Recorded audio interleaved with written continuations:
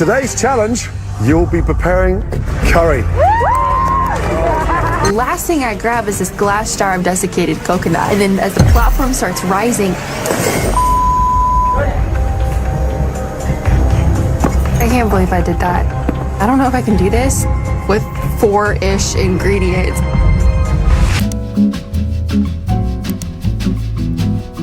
What's up, you guys? Welcome back to my channel. My name is Nicole. For those of you who are new here, we are in the middle of a series where I'm recreating the dishes that I make on season 3 of Next Level Chef. You guys, what do you think about this week's episode? Okay, first of all, I'm about to give away a really big spoiler, so if you haven't seen the episode, click off of this video, come back as soon as you've watched it. Waiting for everybody to leave who hasn't seen the episode. Okay, you guys, I won best dish in my group. The challenge was curry, and I got top dish in my group making this lamb curry. And then we come up to a ground lamb tomato-based curry with onions, tomato, and yogurt. This thing's delicious.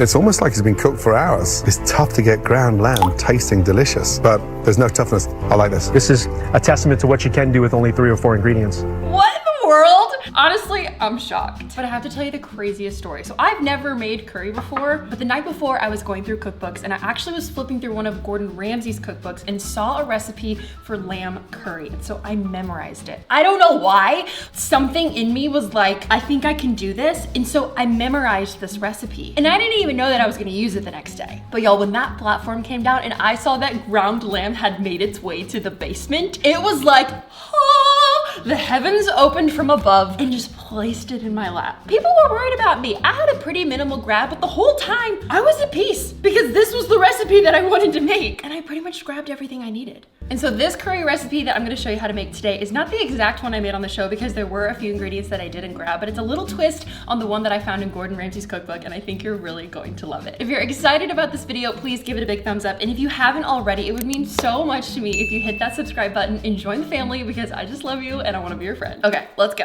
We're gonna start by making our naan bread dough because this has to rest for 10 minutes. In a big bowl, I have 1 3/4 cups flour. To that, we're gonna add 2 teaspoons of sugar, 1 teaspoon of salt, and 3/4 teaspoons of baking powder. Doesn't have to be super accurate. In the basement, I actually didn't have little measuring spoons and it still worked out for me. We're gonna whisk these dry ingredients together really quick. Then we're gonna add our wet ingredients. We have 1/2 cup of milk and 2 teaspoons of oil. Give this a good mix. Now you might be thinking, with as short of amount of time as we had for this challenge, how on earth I made a dough that had to rest and then turned it into naan bread. To be honest, I don't really know what to tell you. All I know is that when I found out I was gonna be back in the basement, I had to come in for this next cook with a couple tricks up my sleeve and have something that would really make my dish stand out. I had never made curry before and I wasn't gonna count on getting any good ingredients down there in the basement. But one thing I do know how to do is bake. So I memorized this naan recipe. Shout out to having a photographic memory. And had this as my little secret weapon that I was gonna add to my dish because I knew that no matter what, all of the ingredients that are in this bread are part of the staple pantry, and so I would have access to them even if I didn't get good ingredients on the platform. And so I'm glad I did it because even with a minimal grab, I think it saved me. Now, as you can see, I've dumped my dough onto my counter space, so I'm starting to bring it together and slowly start to knead it.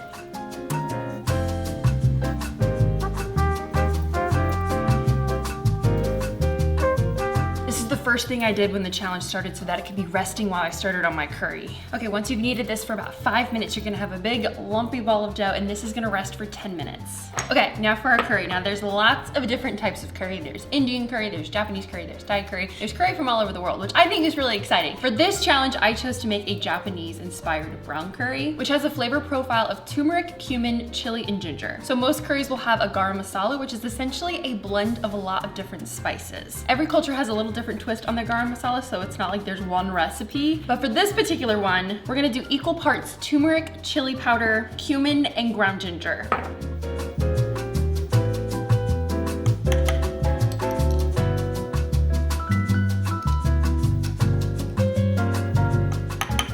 Carefully mix all that together. And if you smell it, you can already start to smell the amazing flavors of this dish. Okay, now we need to chop up 2 onions.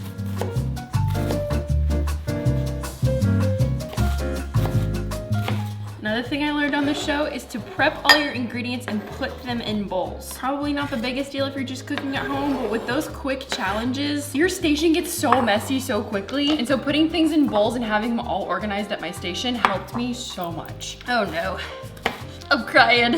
Oh gosh. Sometimes I cut onions and they don't make me cry, and other times it's just like Waterworks City. Ah! Oh no! Can you see my eyes? They're burning. Okay, we did it. We got our onions chopped. Now the last thing we gotta do before we head to the stove top is mince 5 cloves of garlic.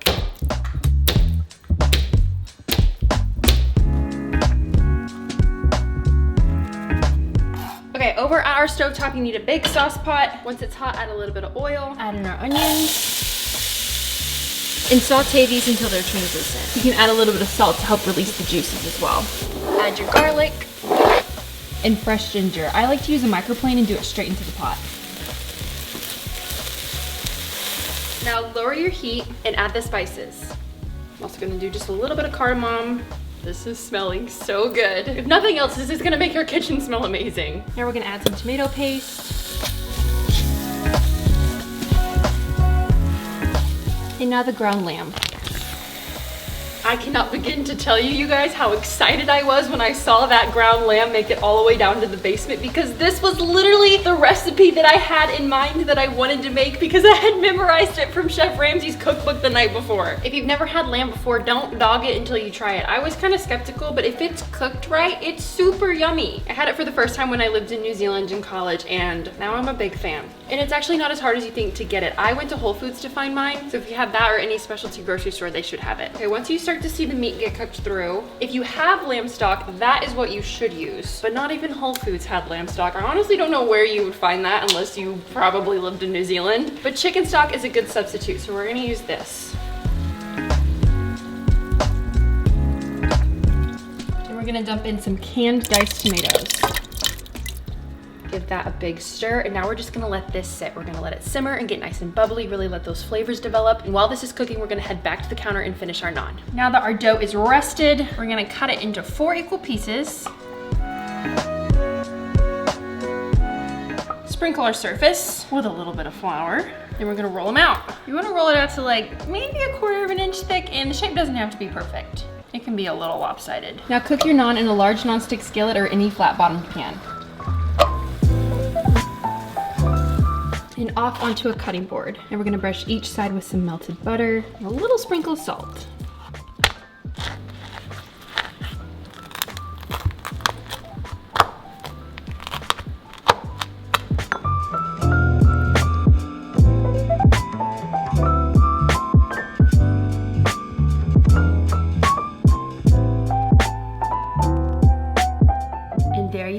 Your beautiful little bowl of lamb curry with homemade naan bread. Now, I just want to put a disclaimer out there. This is a quick bread. Obviously, I didn't have time to use yeast to do a proper naan bread because we literally had 25 minutes. And so there are other naan recipes that you can use. So we'll start with this.